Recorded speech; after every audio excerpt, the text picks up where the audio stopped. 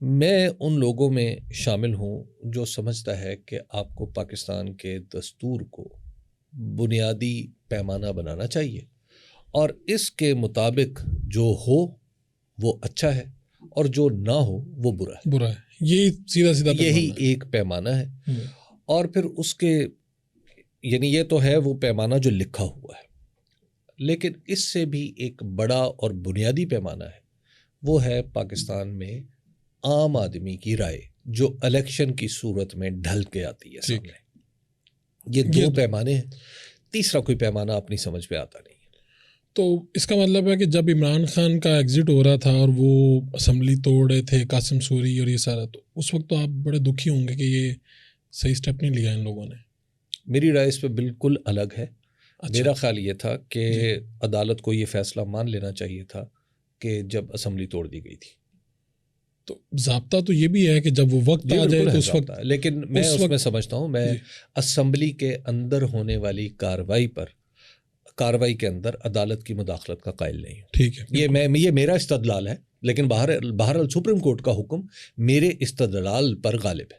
لیکن یہی دیکھیں نا کہ جب وہ موقع آ جائے اور وہ پھر اسمبلی کو رول بیک کر رہے ہیں، تو اس وقت دیکھیے آپ الیکٹڈ کے پاس جا رہے تھے نا، یہ تو نہیں کہہ رہا تھا نا کوئی کہ اس وقت جناب حکومت میری ہے.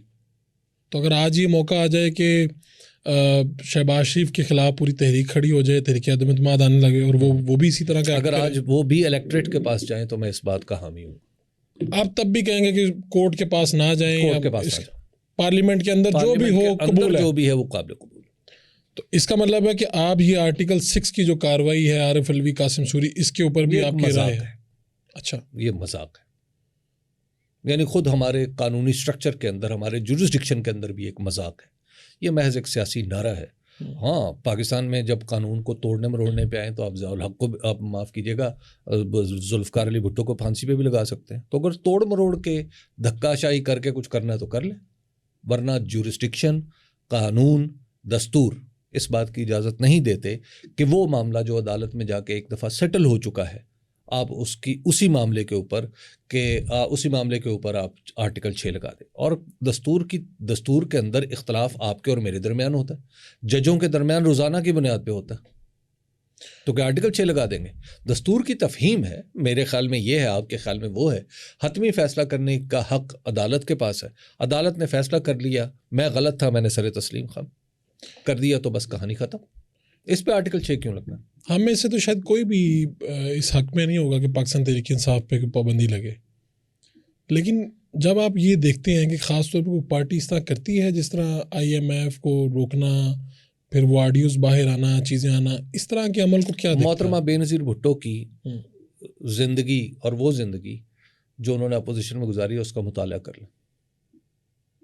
تو آپ کہتے ہیں کہ اگر وہاں پہ ہوتا رہا تو ٹھیک ہے، ابھی بھی ہو جائے. دیکھیے اصولی طور پہ اگر میں آپ کو عرض کروں، پاکستان میں بیرونی ملک سے سیاست میں مداخلت میں بالکل گناہ سمجھتا ہوں. ایک تو یہ بات آپ سمجھ لیں.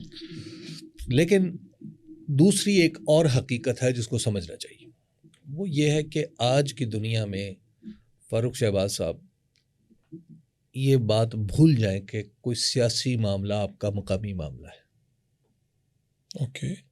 پوری دنیا میں آپ جب اقوام متحدہ کے پاس ان کے جو چارٹرز ہیں، ان کے جو دیگر معاہدات ہیں، کنونشنز ہیں، کووننٹس ہیں، جب آپ وہ پڑھتے ہیں نا تو آپ کو اندازہ ہوتا ہے، جن کے اوپر پاکستان نے بھی سائن کر رکھے ہیں، کہ سیاسی معاملہ، اندرونی معاملہ زیادہ دیر تک رہتا نہیں ہے.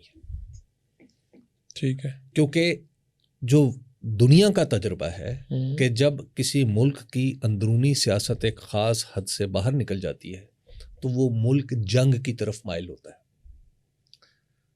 یورپ نے اور ویسٹ نے یہ 2 جنگیں عظیم لڑنے کے بعد سیکھا ہے. تو اب آپ کو لگتا ہے کہ ہم بھی، تو جب آپ کی سیاست خود ریکنسائل نہیں کر پاتی تو یہ بھول جائیں کہ آپ کو دنیا ایسے ہی چھوڑ دے گی، یا تو دنیا پھر تاک لگا کے بیٹھ جائے گی کہ آپ کی سیاست اور بگڑے، اور یا آپ کا کوئی ہمدرد آپ کے پاس آئے گا، وہ آپ کو کہے گا کہ جناب سیدھے ہو جائے.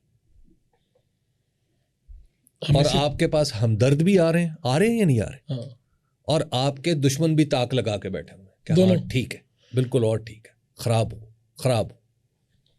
آپ ذمہ دار کس کو سمجھتے ہیں؟ یعنی آپ کی تو رسائی سب تک ہے. اس کا میں جواب نہیں دے سکتا.